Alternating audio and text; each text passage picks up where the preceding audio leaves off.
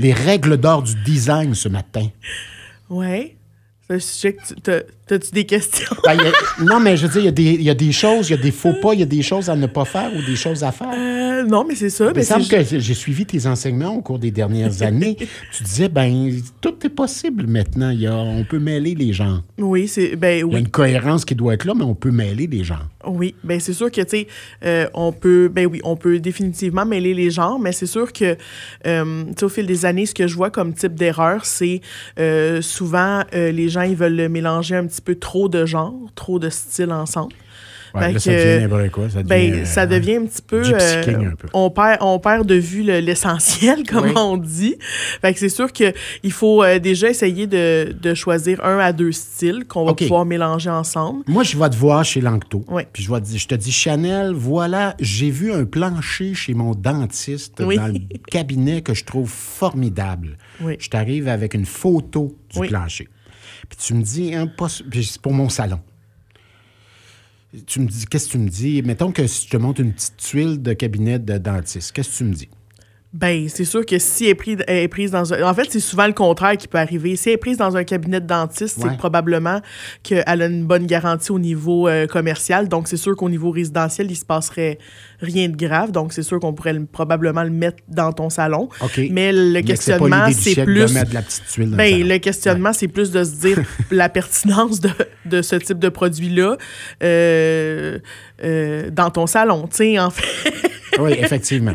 Parce que c'est plus le contraire qui arrive, là. Tu sais, des gens qui veulent mettre au... Tu sais, des gens que je rencontre au commercial qui ont justement, un cabinet de dentiste, qui ont vu des revêtements ailleurs, puis que c'est plutôt ce type de revêtement-là qui peut plus ou moins se mettre au niveau commercial, là. C'est plus...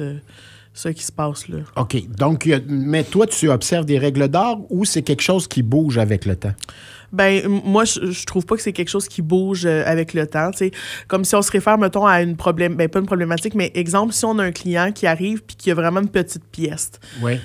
Ben à ce moment-là, ce qu'on peut privilégier, c'est comme une continuité dans les matériaux, éviter la succession de trop de couleurs, de trop de textures, de trop de matériaux, même dans une petite pièce. Fait que, tu sais, veux pas, la petite pièce, qu'elle soit en 2025, en 1980 ou probablement dans 50 ans, les règles d'or vont s'appliquer pareil, là, tu sais, pour éviter... Il y a des choses qui bougent pas. Il y a des choses immuables. qui bougent pas. Tu sais, comme c'est sûr, exemple, tu sais, aujourd'hui, là, les formats de céramique sont de plus en plus grands. Oui, ça, j'ai constaté ça. Vraiment, de plus en plus grands, là, même, tu sais, tous les jours, je dirais que, tu sais, avant, on avait beaucoup de gens qui faisaient la pose de céramique eux-mêmes, mais tu sais, plus le temps avance, plus les formats de céramique grandissent, plus ça devient un peu plus difficile de faire l'installation soi-même, donc on est obligé de prendre des professionnels pour le faire. Mais des fois, quand les gens ont des petites pièces, tu sais, on me dit des choses comme « Oh mon Dieu, on m'a dit que ça allait agrandir la pièce. » Oui, mais à une certaine limite, parce qu'il faut quand même pas oublier que si la pièce est de petite taille, puis qu'on qu'on se retrouve avec seulement un énorme morceau au centre, puis une succession de coupes autour, je vois pas...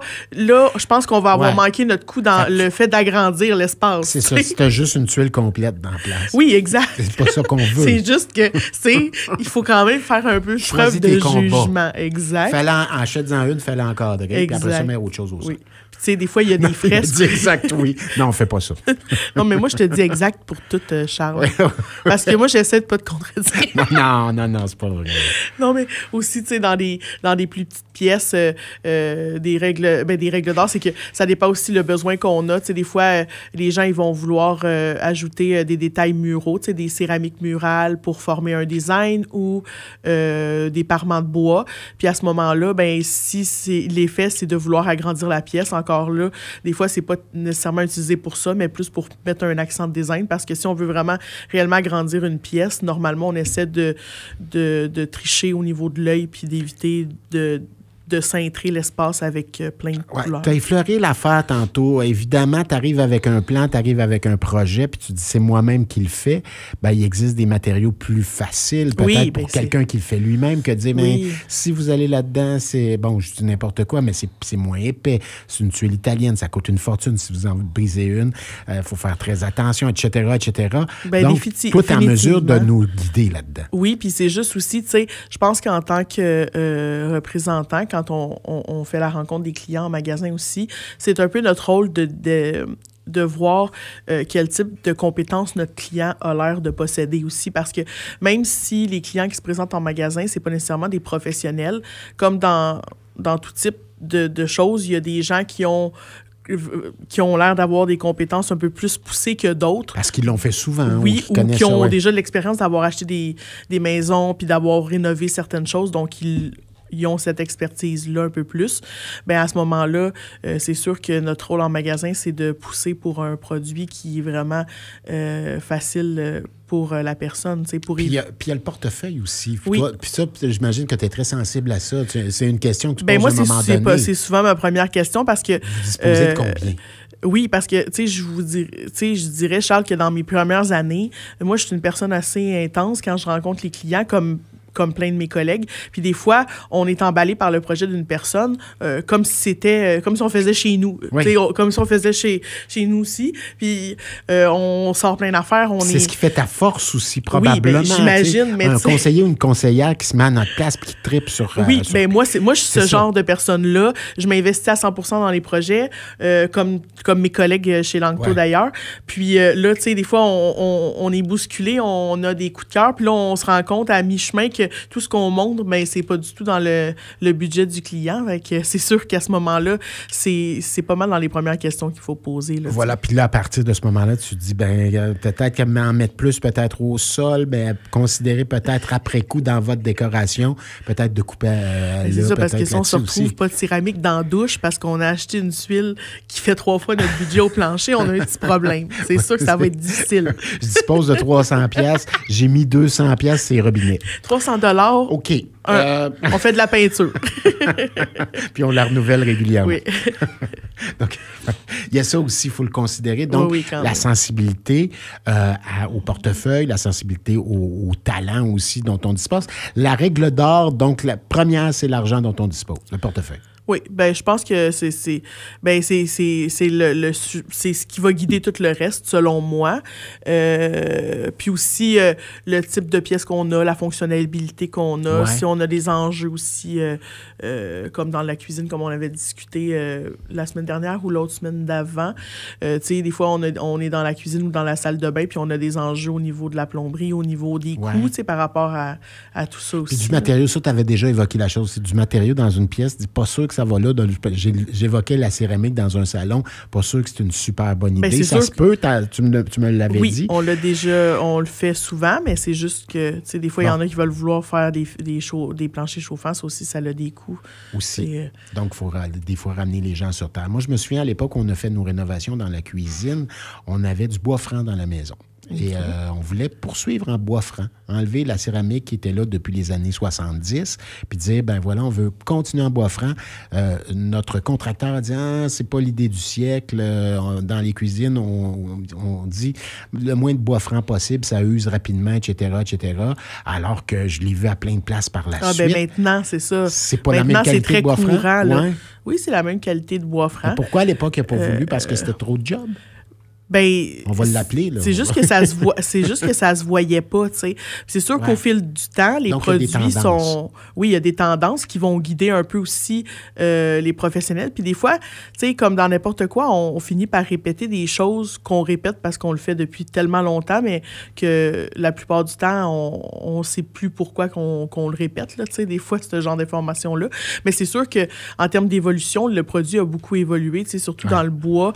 Avant, les planchers de bois, il était avec des coupes droites. Maintenant, tous les planchers de bois qui sont usinés, prévernis de compagnie vont posséder un joint en biseau, tu sais. Donc, ça va faire en sorte que... Mais ça va faire en sorte que le plancher va être très collé une à l'autre, chacune des lattes. Donc, si on échappe quelque chose donc, l'infiltration se fait plus ou moins.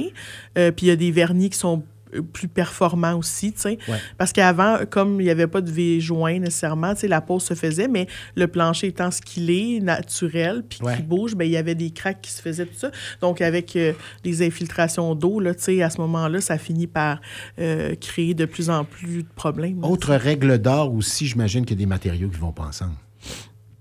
De moins en moins, j'ai vu du jeu, tu as l'air perplexe. Oui, t'as vu dans mon visage que j'ai la face de la personne perplexe. Ouais. Non, mais j'essaie de pas dire ça, que des matériaux vont pas ensemble. Je vous dirais que tous les matériaux peuvent bien s'agencer. L'important, souvent, auquel les gens y réfléchissent pas, c'est la hauteur des produits. Des fois, ils veulent agencer.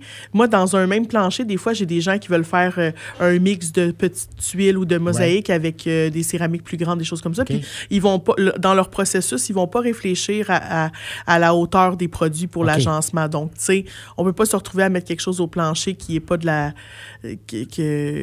c'est pour s'enfarger. Oui, il faut faire attention à ça, évidemment. Puis il y a une autre affaire qu'on oublie aussi, c'est le temps dont on dispose. Qu'est-ce que tu veux dire? Ben, tu dis, je veux faire ça, je dispose d'un mois, j'ai un mois de vacances.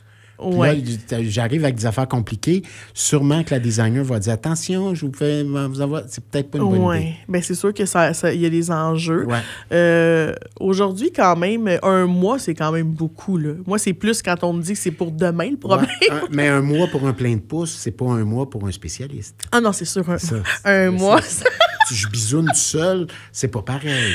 Non, c'est sûr. J'oublie les affaires un petit peu plus fancy. Puis ça prend une couple de fin de semaine, plus c'est simple. sûr. Ouais, c'est ça l'idée aussi. Puis une température humide, tout ça. Faites attention, c'est là que vous le faites. Oui, bien, vous n'aimerez pas ça, monsieur. Ça, déjà, c'est un bon point, Charles, parce que quand il y a beaucoup d'humidité en été, tu sais, des fois, les gens, ils nous demandent, parce que, tu sais, avant la latte de vinyle ou du tapis ou ce type de revêtement-là, on doit faire quand même une préparation de plancher, tu sais, comme on a déjà discuté. Ça, les gens, des fois, ils me disent, ouais, mais ça prend combien de temps à sécher? Oui, mais c'est ça. C'est quoi l'enjeu que vous avez chez vous? Est-ce que vous avez de l'air climatisé déjà l'été? Il fait 42 ou tu sais, l'humidité dans le tapis? Oui, c'est ça. C'est sûr que ça aussi, c'est un enjeu. Merci, Chanel Rivard. C'était un plaisir, Chanel Rivard de chez Langto. Si on veut te voir, te parler, qu'est-ce qu'on fait? Bien, on a 2 succursales. Ça, donc? À Longueuil, au 740 rue Jean-Neveu. Puis aussi, on a une autre succursale à Saint-Isidore de la Prairie, je précise toujours, au 148 rue Boyer. Parce que sinon, vous allez vous ramasser en Beauce. Très loin. C'est pas la même place. Le plancher sera pas là, je vous le dis. Merci, Chanel Rivard. Bonne journée. À une prochaine. FM 103.3